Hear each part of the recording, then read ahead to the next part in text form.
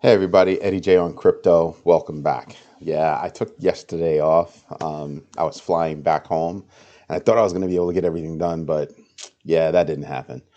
Um, Lots to talk about. I still did my research, constantly doing research on, just various things, but did my research. So we have a few things to talk about.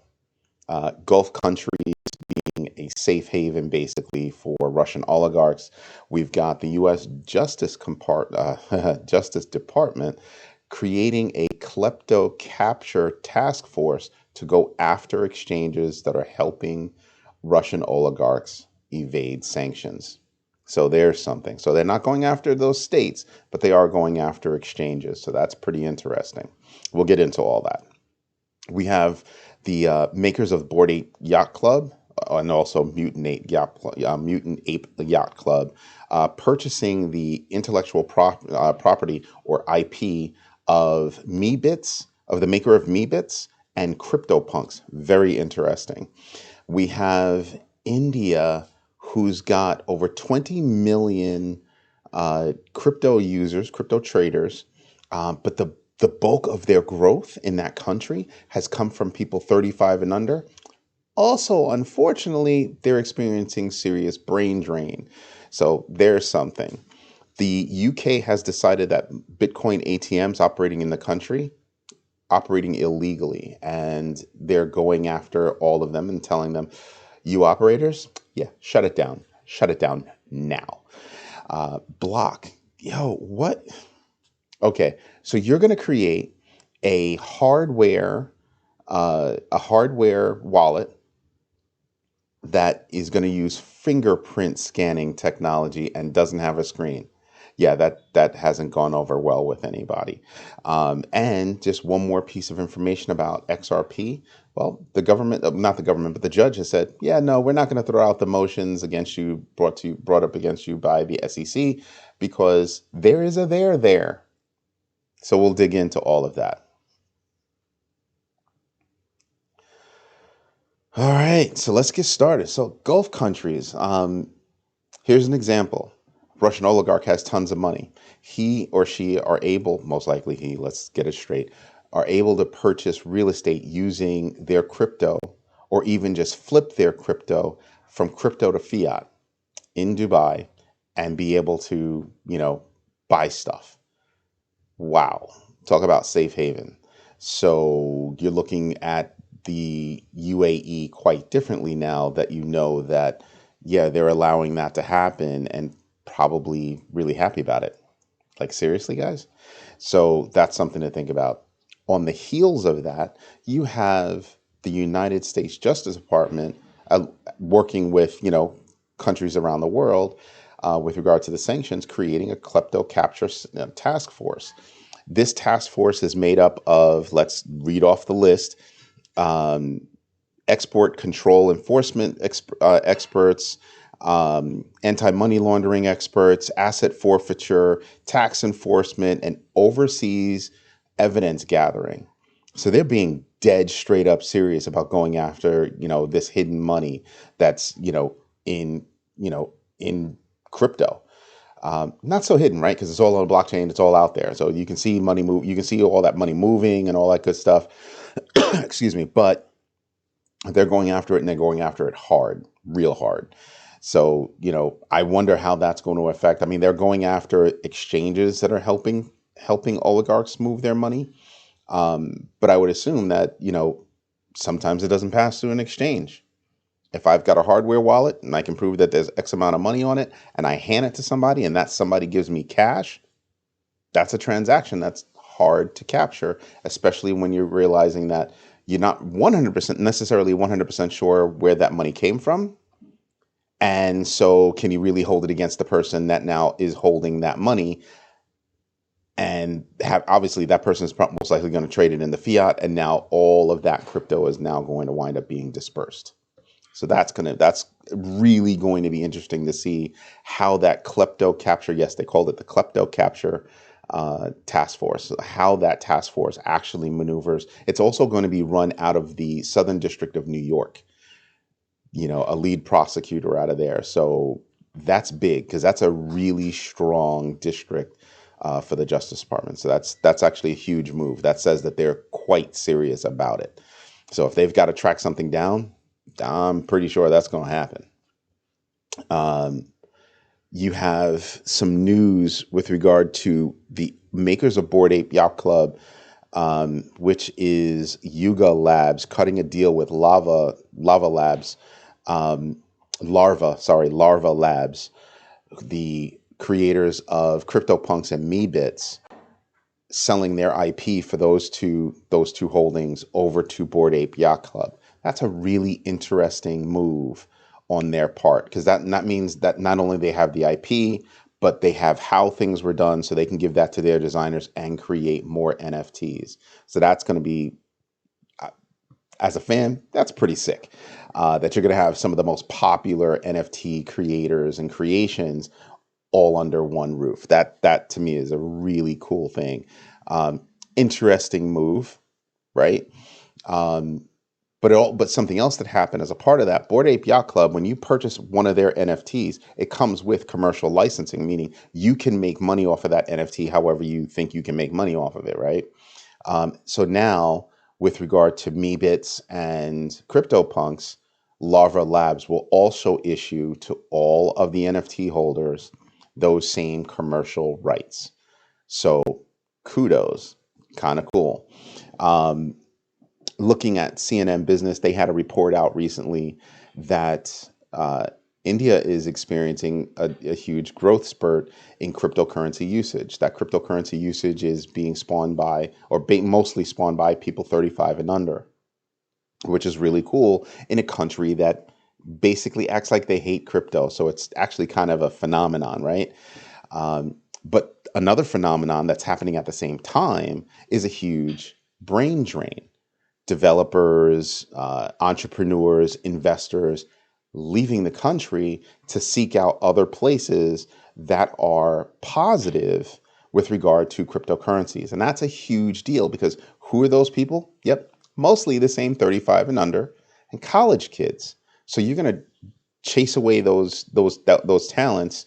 They're going to go out of the country, and that kind of says a lot. Now, if you look at the Indian culture, people come home, they live there, they make their money elsewhere, come back home to live, those kinds of things. I wonder what kind of impact that's going to have, just out of from a curiosity perspective. So I find that very interesting. But with that brain drain, that means they're going off to other countries to find work, if they're developers, to be entrepreneurs, and to do investments. So that is a very big deal, as that thought process, that work, that knowledge and expertise leaves the country. And I don't think that's something that they had planned on. But of course, you're talking about India, and they were talking about going all China on cryptocurrency with regard to, let's make it illegal. So let's not just ban it, but let's make it illegal. And let's really, that's as recently as November 2021. It's only March, people. It's only March.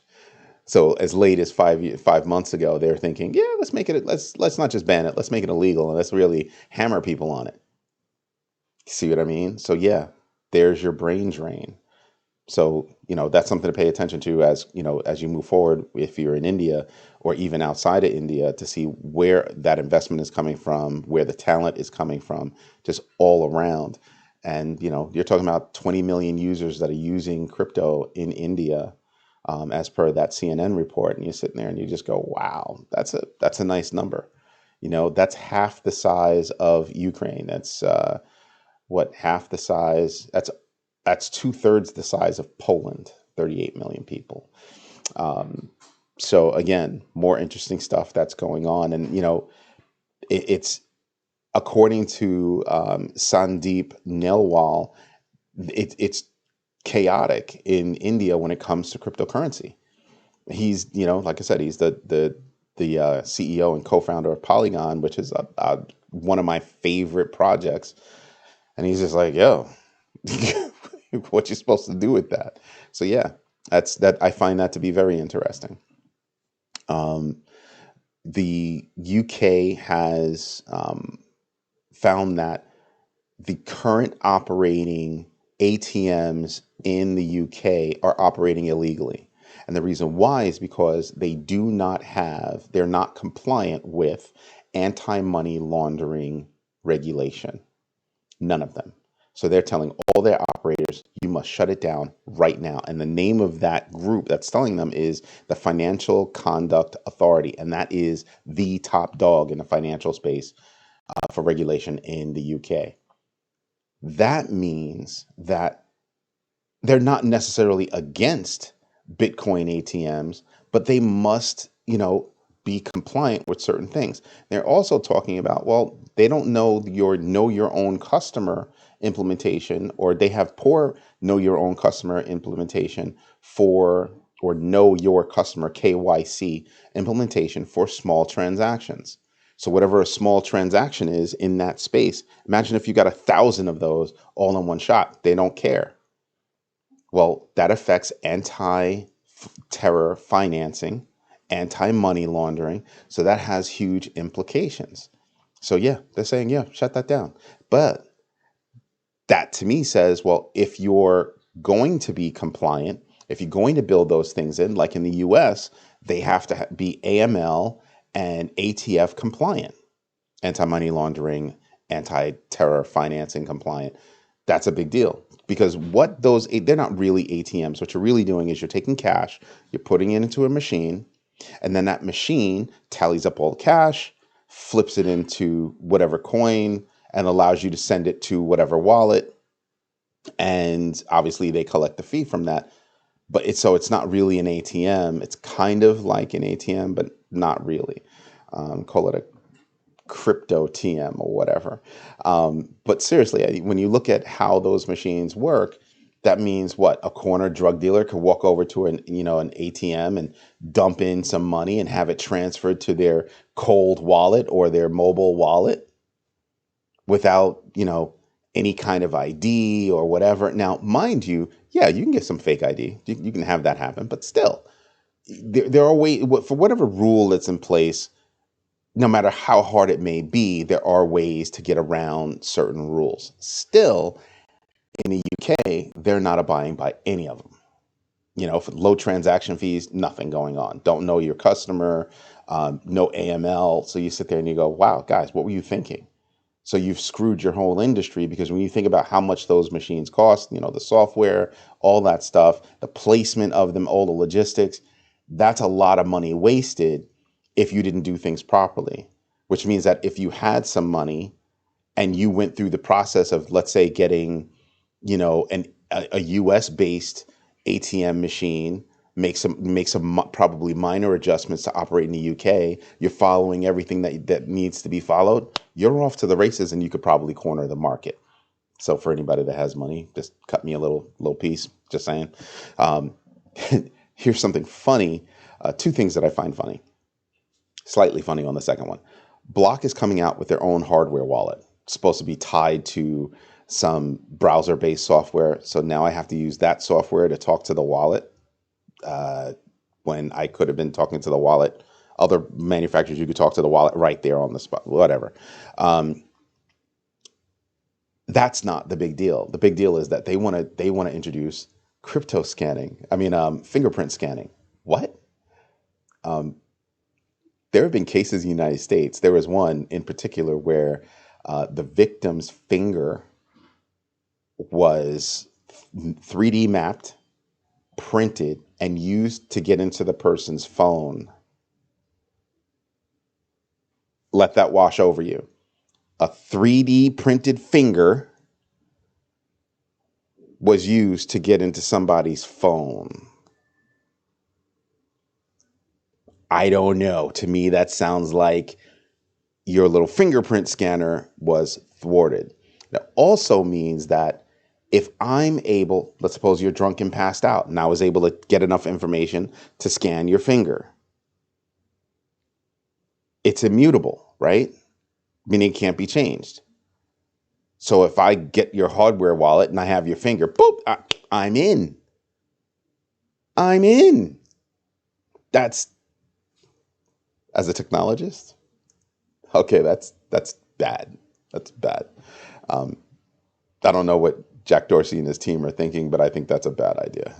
and the internet exploded and letting them know that's not such a good idea. The other one is that they're also not going to have a screen on the hardware device. I think that's a bad idea. So I'm wondering if it's a joke, right? Two really bad ideas on one device. I'm just wondering if it's, yeah, gotcha. April, early Fools, it's March. So I don't know. I just look at that and I just think it's a really bad idea.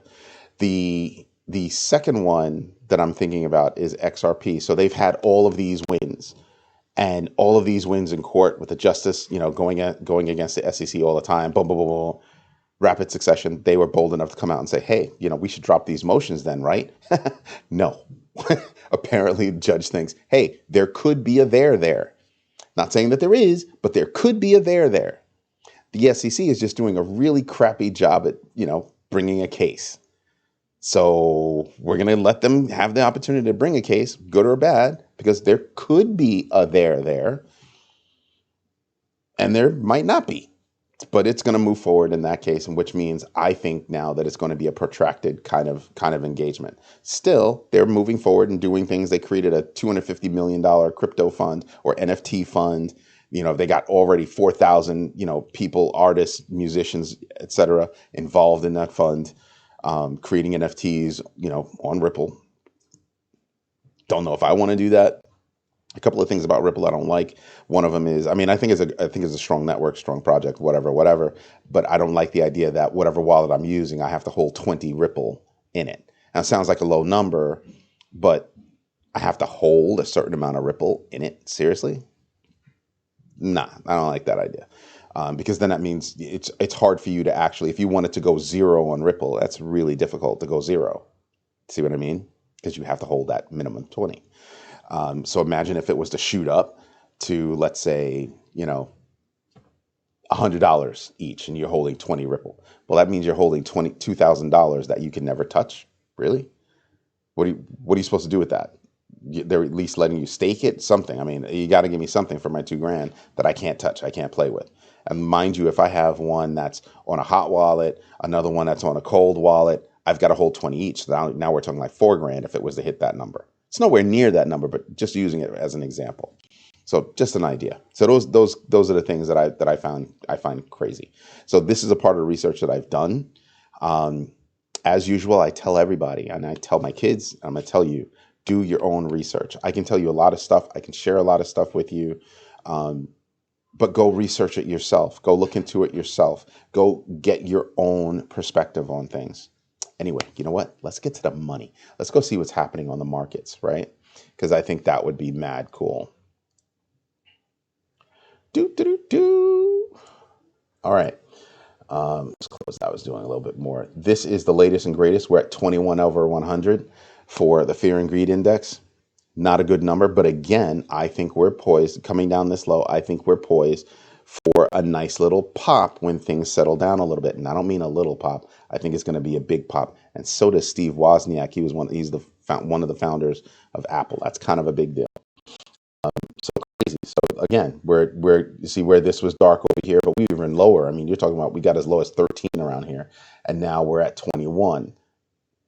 I think we're poised to shoot up. A lot of people are looking at the numbers, looking at where cryptos are right now, thinking that they're going to shoot up. But here's something for you. Look at where we're bouncing around today. This is where we're bouncing. Not a lot of volume. Volume picked up and drove it down to 37,881. Okay, cool. But this is Bitcoin.